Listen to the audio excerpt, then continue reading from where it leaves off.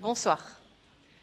Je vais vous proposer un petit voyage dans mon futur souhaitable. Fermez les yeux et imaginez.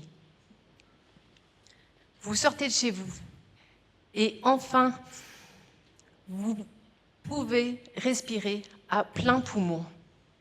L'air est pur, sain, ça change de d'habitude. En traversant la rue, vous comprenez ? La décharge en face est enfin en train d'être dépolluée. Yes! Ça, c'est le résultat que vous, simples citoyens, simples citoyennes, avez lancé il y a quelques semaines et qui a mis les autorités devant leurs responsabilités. Au coin de la rue, la voisine vous sert le champagne. Cette décharge, c'était beaucoup de problèmes respiratoires pour elle. Et quand elle a vu que vous l'aviez lancée, elle s'est donnée corps et âme dedans, en collaboration avec le Courrier Picard, d'ailleurs, ce qui lui a permis d'arrondir ses fins de mois.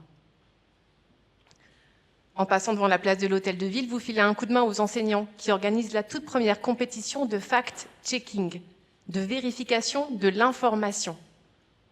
Cet après-midi, les CE1 de l'école Louise Michel affrontent les CE1 de l'école des Chaumes sur le thème « Est-ce que c'est vrai que les mentos explosent dans le ventre quand on boit du coca ?» Je pourrais donner la réponse à la fin si vous voulez. Ils ont 2 heures. Le gagnant pourra dîner avec Madame la maire, une étudiante fraîchement arrivée par tirage au sort, car d'après une récente enquête collaborative, c'est la meilleure façon de légitimer les élus et d'éviter les querelles d'ego. Depuis que le journalisme est devenu un sport collectif, une toute nouvelle génération d'élus est en train d'émerger, beaucoup plus transparent, beaucoup plus à l'écoute. Les discours populistes, faits de boucs émissaires, de fausses informations, sont regardés avec curiosité. Un peu comme on regarde maintenant un Minitel, je ne sais pas si vous connaissez même ce mot, chez sa grand-mère, en se disant « mais comment ils ont fait pour vivre avec ça ?» Ce monde, vous pensez peut-être qu'il est utopique. C'est faux, il existe, en miniature. Je l'ai vu, je l'ai touché du doigt et je rêve maintenant qu'on le construise, tous ensemble. Parce que contre la désinformation, la solution, c'est pas une loi, c'est pas un algorithme, c'est pas un journaliste, ni 2, ni 3, c'est nous tous, citoyens et professionnels de l'information, ensemble, vigilants, reliés. Une armée de sentinelles de l'information. Je m'appelle Aude Favre, je suis journaliste et je vais vous raconter le chemin qui m'a mené non seulement à rêver ce futur souhaitable, mais aussi à le construire très concrètement.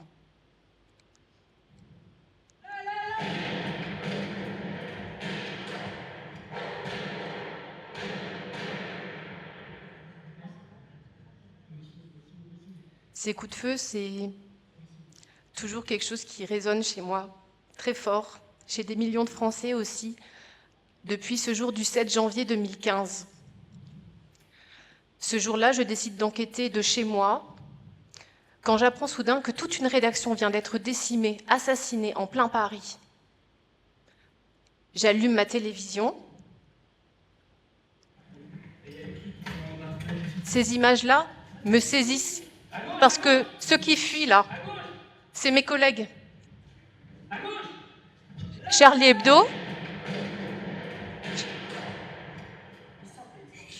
Hebdo, c'était nos voisins de couloir.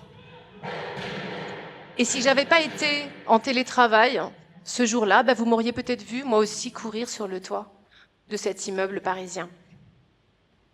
Une rédaction entière, décimée. Des collègues traumatisés, mais c'est pas tout. Parce que dès que les coups de feu ont cessé, les rumeurs ont commencé à pleuvoir. Certaines expliquaient qu'un policier qui avait été tué à bout portant par les terroristes n'était pas vraiment mort.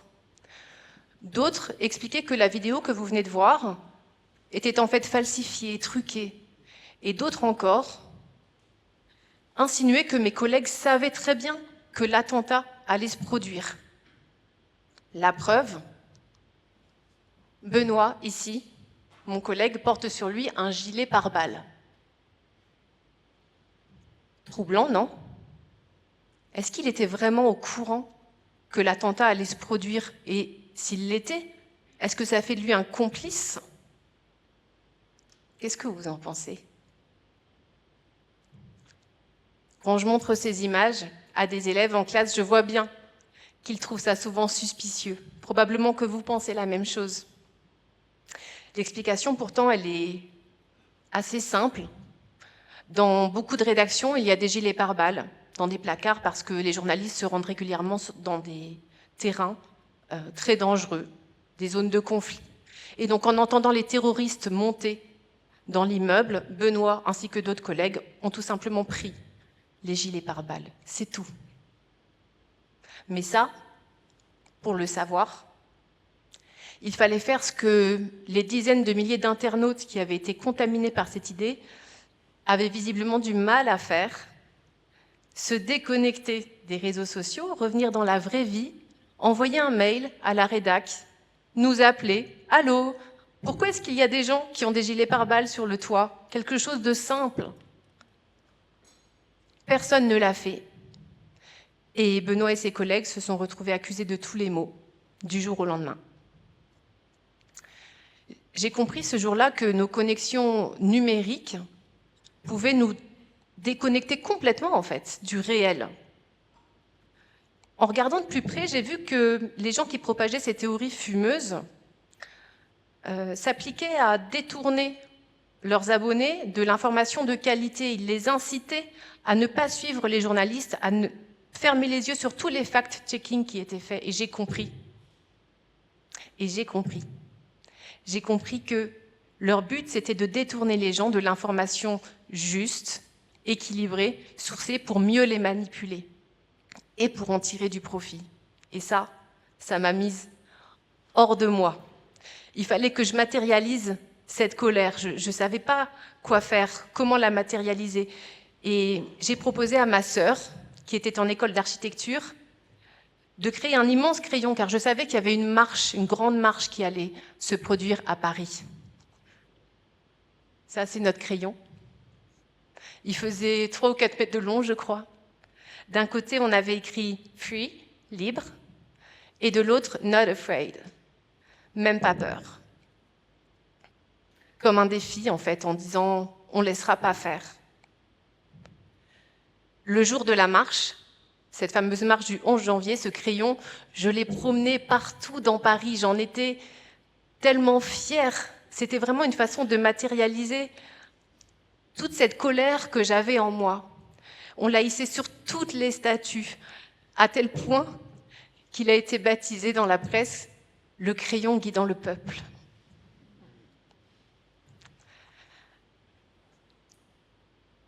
C'est là que mon futur désirable a germé en moi, que je me suis dit qu'il fallait qu'on s'unisse, les citoyens, les professionnels de l'information, contre les extrémismes et contre la désinformation. Les fake news, qui sont très sensationnelles, circulent 6 fois plus vite que les informations vérifiées, sourcées. On n'a pas le choix. Il faut qu'on s'unisse, qu'on se parle, qu'on échange. Nos divisions, elles ne font que renforcer les manipulateurs. Et si on ne s'unit pas, si on ne dialogue pas un minimum, ils vaincront. Quelques jours après, j'ai proposé à des personnes qui avaient vécu ce drame, des collègues, de descendre de nos rédactions et d'aller dialoguer avec le grand public. Car visiblement, il fallait qu'on se parle, qu'on échange. Et on a surtout été voir des jeunes qui vivent dans un monde hyper connecté et parfois totalement hors sol. C'est le début d'une formidable histoire associative. À ce jour, l'association Fake Off a aidé plus de 150 000 jeunes à démêler le vrai du faux sur les réseaux sociaux. Ici, un petit extrait d'une intervention dans une classe de 3e. Donc, attendez, on a, s'il vous plaît, la Terre est plate. La NASA a été créée par Walt Disney. Kobala B, c'est un violeur. On n'est pas allé sur la Lune, il y a des extraterrestres autour de la zone 51. Et d'ailleurs, un agriculteur a vu un œuf brillant dans son champ. Je pense qu'on confonds un des deux, enfin, soit Donald Trump, soit Joe Biden, mais elle disparaît, c'est un robot. Allez, tu sais plus lequel?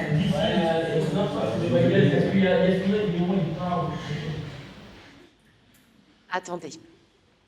Posons les smartphones là, 2 minutes, réfléchissons. Que valent ces infos? Et pourquoi les réseaux sociaux nous balancent autant de rumeurs toutes complètement extravagantes? À FECOF, on aime que les élèves réfléchissent évidemment à ces questions, mais surtout on les met en position d'enquêter par eux-mêmes. Un outil simple, la méthode STAR, qui consiste à analyser les sources, le travail d'enquête, l'auteur, le A, et la rigueur des contenus qui circulent sur les smartphones. On essaye de présenter le journalisme comme un jeu, mais aussi, peut-être surtout comme un pouvoir, un vrai contre-pouvoir, qui permet des fois à des CM2 de mettre en difficulté des TikTokers à plusieurs millions d'abonnés. Moi, ma question, en fait, c'est pourquoi vous n'avez pas mis les sources? Les sources, très bonne question, Nassim, très bonne question. La plupart du temps, j'ai pas eu le temps de mettre les sources. Alors, du coup, votre vidéo, elle était mensongère?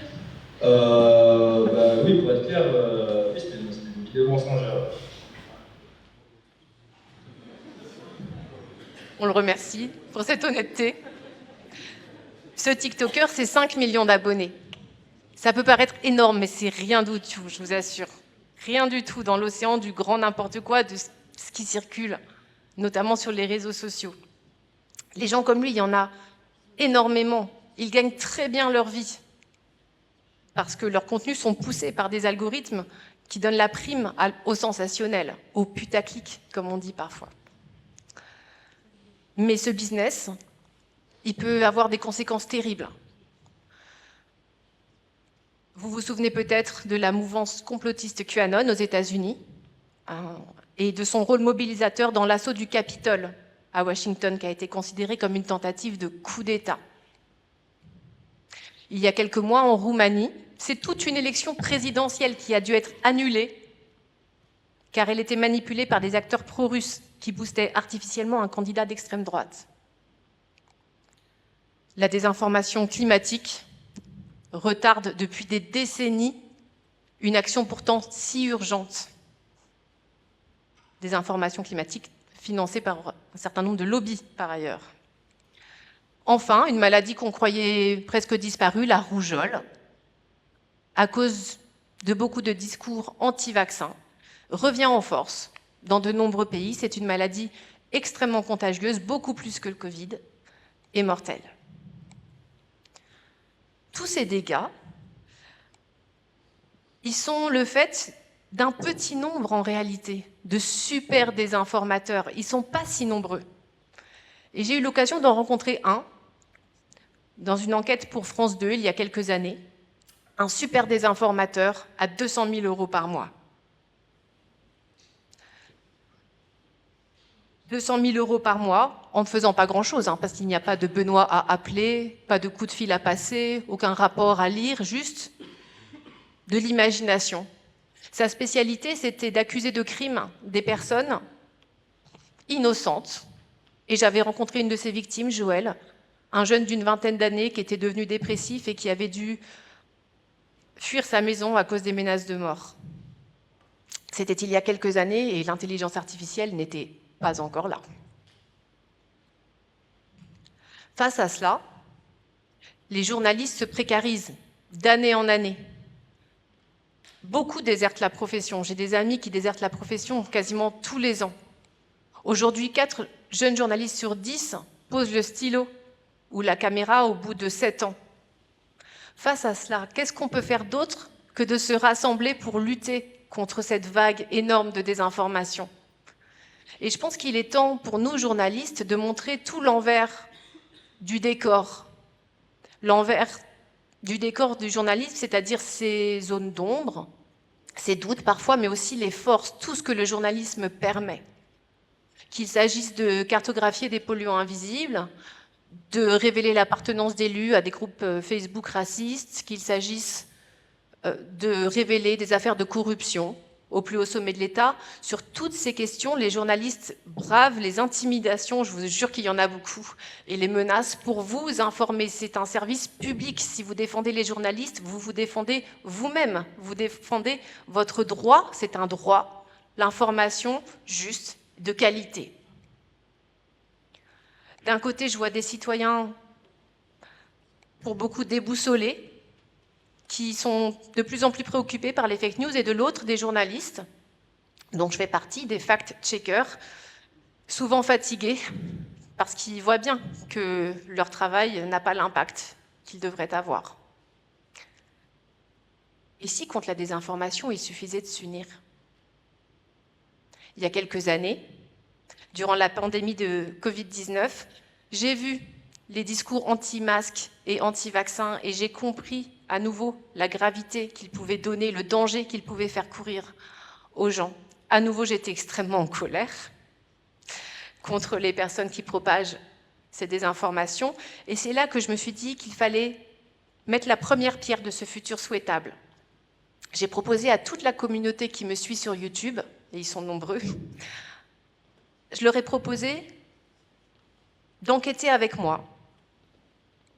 Ils ne sont pas journalistes, mais c'est pas grave. Les gens ont afflué de Belgique, de Suisse, du Maroc, du Québec, des étudiants, des retraités, des jardiniers, on a eu des assistantes maternelles. Tout ce monde-là, en fait, on s'est mis tout simplement à mettre en commun nos gamberges, nos idées, nos contacts, nos compétences. Et c'est là que la magie a opéré. À tel point que on est parvenu à faire démonétiser le site internet de l'Américain à 200 000 € par mois. Mais ça, c'est rien. C'est vraiment, c'est que le début. On peut faire tellement plus.